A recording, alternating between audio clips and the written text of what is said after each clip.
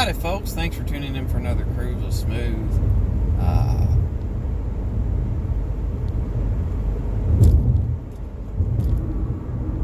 Came to y'all a little earlier today. I'm going to just blast all these onto YouTube. I'm not going to stagger the uploads. They're going to go up as soon as I can get them up. Came to y'all a little earlier today talking about the George Floyd and Eric Chauvin, Officer Chauvin, whatever, and all that. And I gotta admit, and this is, I don't mean this to be demeaning of or belittling anything that has happened in the past 14 days or any other instance of police brutality. But I do not understand how people in the Black Lives Matter movement or any movement that stands against police brutality, which again, hey, police brutality, all on it with you. I want to see evidence of stuff where they screwed up, but police brutality is a big thing. And I don't think anyone should stand for it. But I don't see how anyone can keep up this level of emotion for any length of time while maintaining mental stability, I guess would be the best way to put it. Let me put it. Okay, what I'm getting at is in, say, the first 5 to 7 days after George Floyd was murdered, which he was, and after the riots and protests started, two different things. Every news source that you go to, Facebook, all your posts are Black Lives Matter, I stand with, I stand against police brutality, the thin blue line, support police, they're doing an impossible job, they're going to quit, blah, blah, blah, blah. It was exhausting. Okay, during the coronavirus lockdown, you can't see your friends, so you open up Facebook to keep tabs with people, start conversations, things like that, and that's all you're seeing. And I just don't understand how people can do that without becoming emotionally exhausted.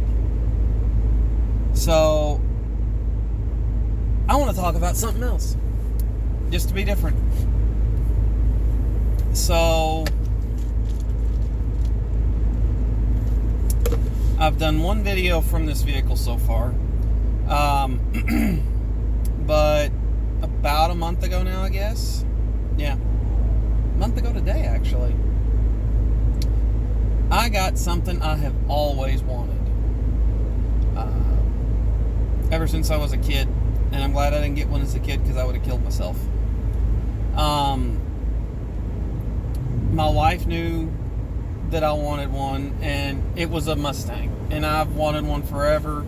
A few years back, I bought my current vehicle that I'm driving right now, just because it was cheap on gas. I thought about getting a V6 or a EcoBoost Mustang, the little 4-cylinder turbo, and there were two things that kept me from it. Insurance costs. I didn't want a daily driver that was going to be ridiculous to insure, which it was pricey. And also, with the amount of kids I have, even with one adult, I can't fit all my kids in a Mustang. So I wanted something that one adult could take all the kids somewhere if they had to. So anyway, I got this. It's cheap on gas, been highly reliable. The only problem I've had is the cap for the antifreeze reservoir started leaking. Anyway, I've always wanted one. Well, my wife started working a job earlier this year before the coronavirus. And she's been making pretty decent money. So, one night I'm sitting on Facebook Marketplace and I'm scrolling through different Mustang ads. And finally she says, why don't you just go get one? And I did. Looked at several. There were some older ones, which honestly, it's kind of what I was looking for. An older one. I wanted, I was after a very specific year range due to parts availability, parts interchange, and performance stuff for them. And I knew, and I wasn't, spending a boatload of money. I bought it to be somewhat of a project. That I could, as money came in, I could spend money fixing this or making this better or faster or whatever. So it wasn't something I was going to go buy a fully ready car to be exactly what I wanted and, just spend all the money now. I was on a budget.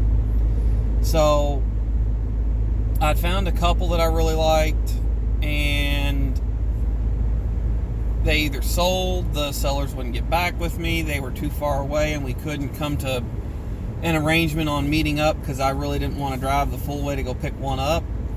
So those fizzled, and a buddy of mine shared a thing where one of his friends was selling his car. It was his daily driver. He got tired of driving a stick every day, and he needed money for a truck. And it was a little more expensive than what I wanted. It was a little newer than what I was after.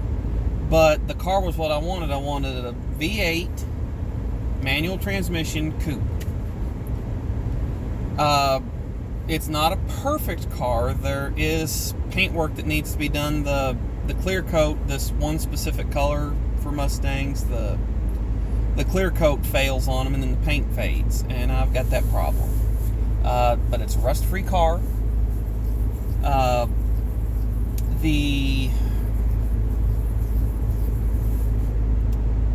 It runs out and drives out fine. It shifts fine. It's had a couple little things done to it performance-wise. It's got a better clutch, a pulley set up on it, a full intake on it.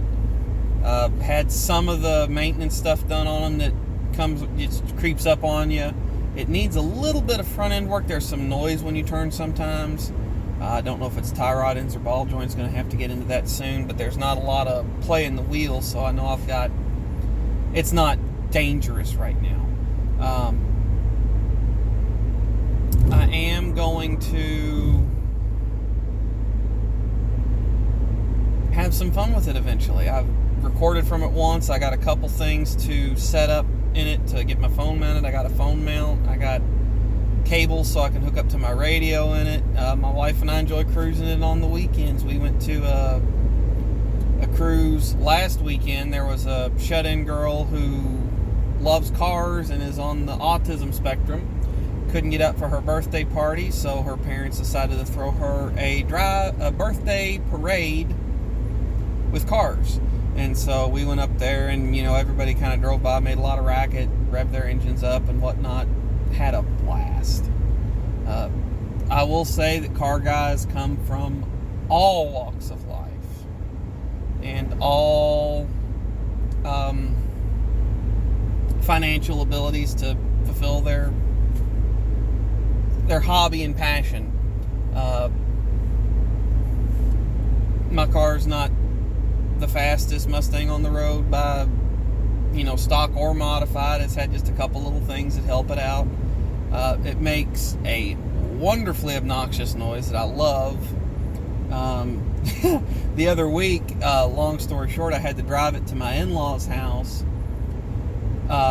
dropping off kids that were visiting with them, and they live in a very well-regulated town as far as noise ordinances go. I've got an old straight pipe truck, and I almost got a noise ticket there one time.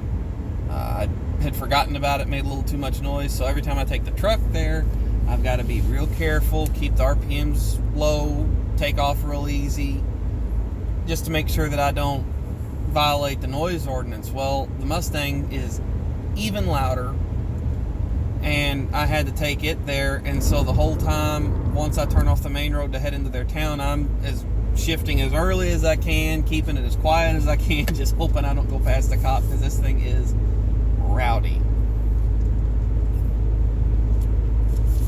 I do have some, I want to get the front end noise straightened out first. You know, that's safety. I can drive the car with bad paint. If the front end falls apart, I'm kind of stuck and maybe wrecking it. Don't want to do that.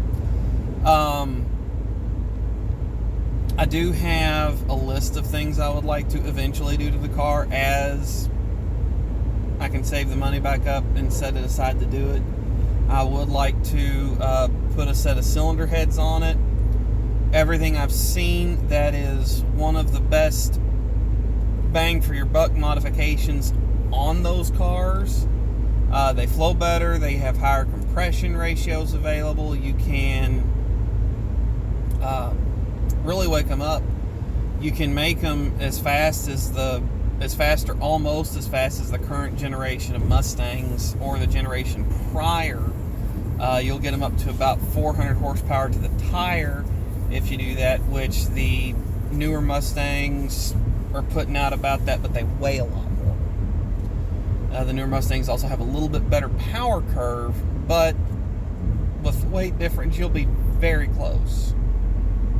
I also want to fix the clear coat and get it resprayed just on the outside. Probably going to do it the same color. I might do something different with the stripes on it. I don't know.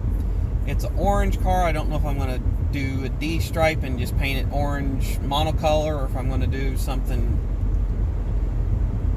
different with the stripes, or leave it as it is. I haven't made my mind up on that at all.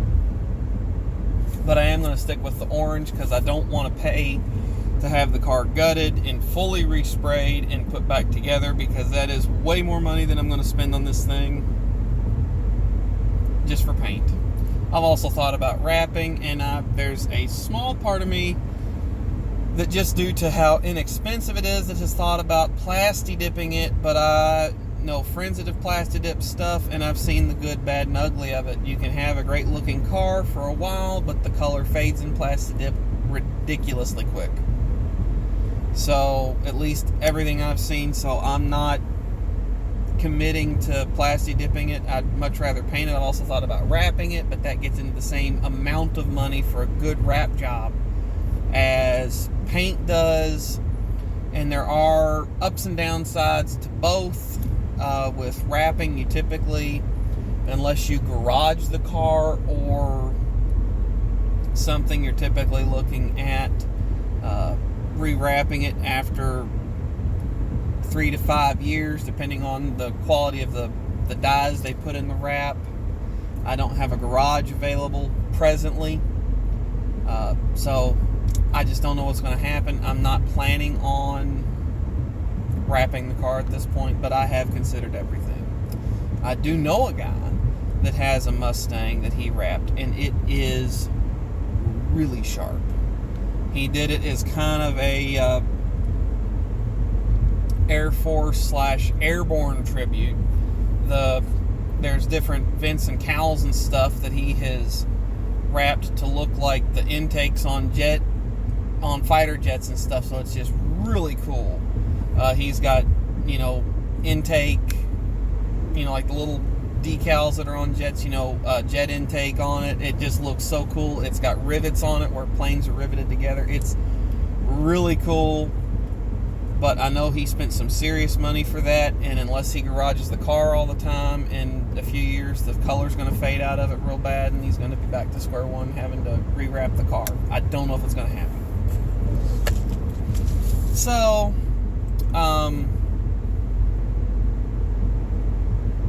but yeah, I've got a Mustang, and it's a lot of fun. My wife and I have gotten, she just came into working a bunch of overtime every day, but when we first picked it up, on Friday evenings, we'd go out for a cruise for an hour or two, just go out, maybe get a drink or some ice cream, and just cruise around slow when the weather was nice, listening to the crickets in the car. It's fun. So that's that. That was one of mine and her favorite things to do when we first started dating. At the time, I had a convertible, and so we would get in it when she didn't have the kids and put the top down and just go riding around.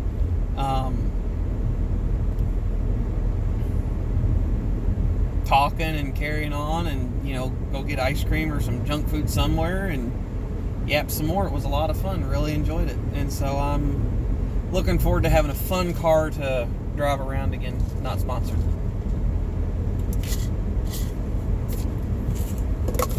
But the next video I do, or one of the next videos I do, I will probably be coming to you from that, and I will have a better camera angle in that car. I just hope y'all be able to hear me, because like I said, it's pretty rowdy. Something else I wanted to mention. I don't know, because it's been out of the news for a while, everybody's talking about George Floyd. I don't know what the current coronavirus statistics are. I'd be very curious to find out. I remember there were some initial projections that had this ending, like the trend line coming down by the end of August. So we're a month and a half, 2.5 months away from that. I don't know if that's just the projections didn't go out past August, or if the modeling that they did suggested the ending of it around August. The only thing I will say is I am hoping that once coronavirus is gone, no active cases, no new cases kind of thing, I do hope that everything goes back to normal rapidly, where you've got people that I can give you a case in point example. Right now at my job, they've got check-in tents set up. You walk in, you pick out a paper mask that they make. I'll even at a red light. And you can even, if you look right there, they make their own masks. That's pretty cool, I think. But you pick out your paper mask or masks for the day. You have to go on, before you even do that, you go online to a website and do the COVID-19 survey for the company. You answer if you have any symptoms, if you've been exposed to anybody with symptoms, if you've been around a confirmed case, and if you travel outside the country. You enter in your personal like your work credentials, and then you're given a badge that saves to your phone that is good for 24 hours. Okay. You go to the tent, you grab your face mask, you submit to a body temperature check, and if the answers to your questions were good, if you pass the body temperature scan, you go and report to work. They've got a lot of dividers up in various places, like where different sides of the line have a piece of plastic or clear vinyl or something hanging between them. So if you've got to get closer than the 6 feet recommended, you do have a divider between you.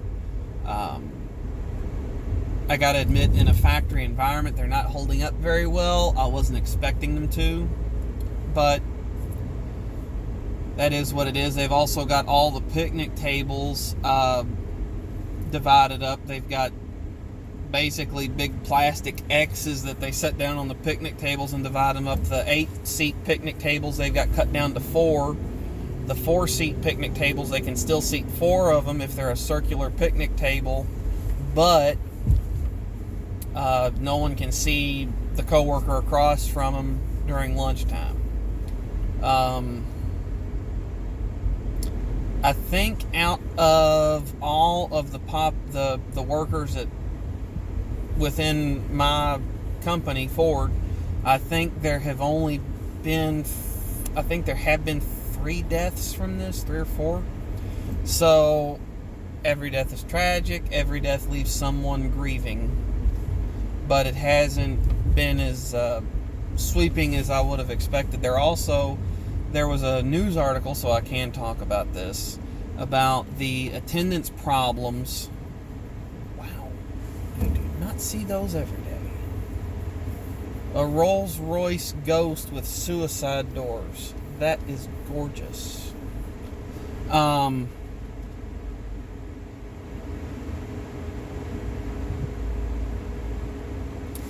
There was a news article out about this the other day, so I can talk about it. They've had a high problem with absenteeism right now during this time. With the CARES Act in effect, if you've got any reason to stay out of work, you'll actually make more money, which I think is kind of silly.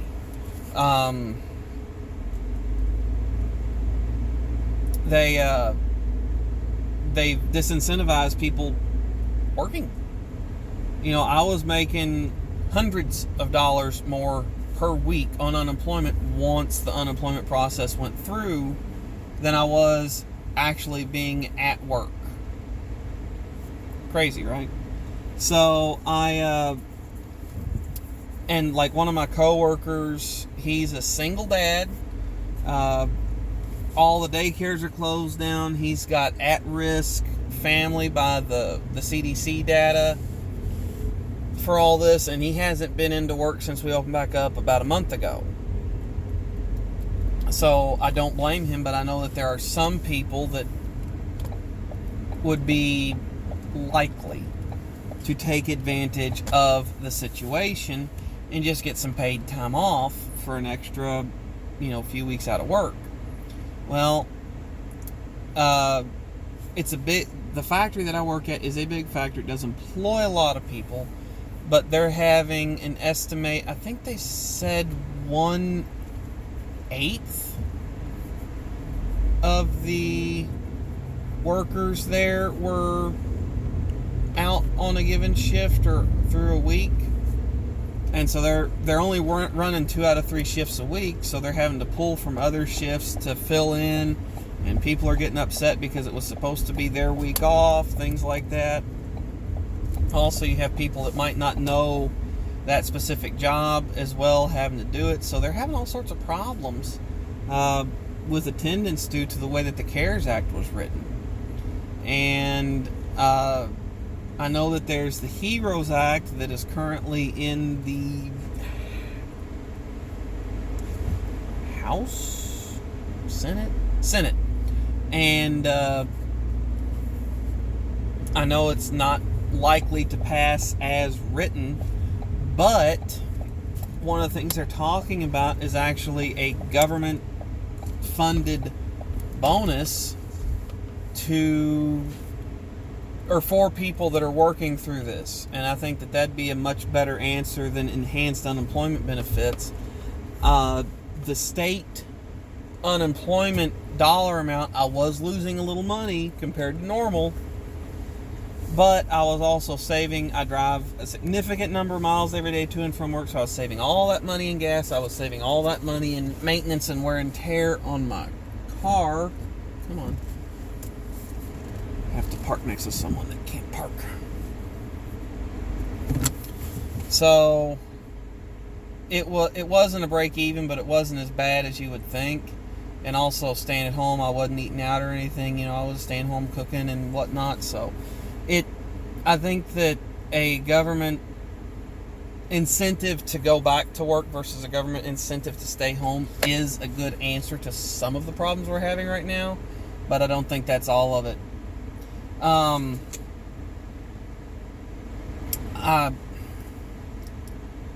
will be glad when things go back to normal. I don't know when that's going to be, but it's been so crazy right now, and the discussions that we're having about everything are so stupid and crazy. I don't think that we're accomplishing anything by, well, you're a science, well, you don't care about lives, well, you don't care about black lives, and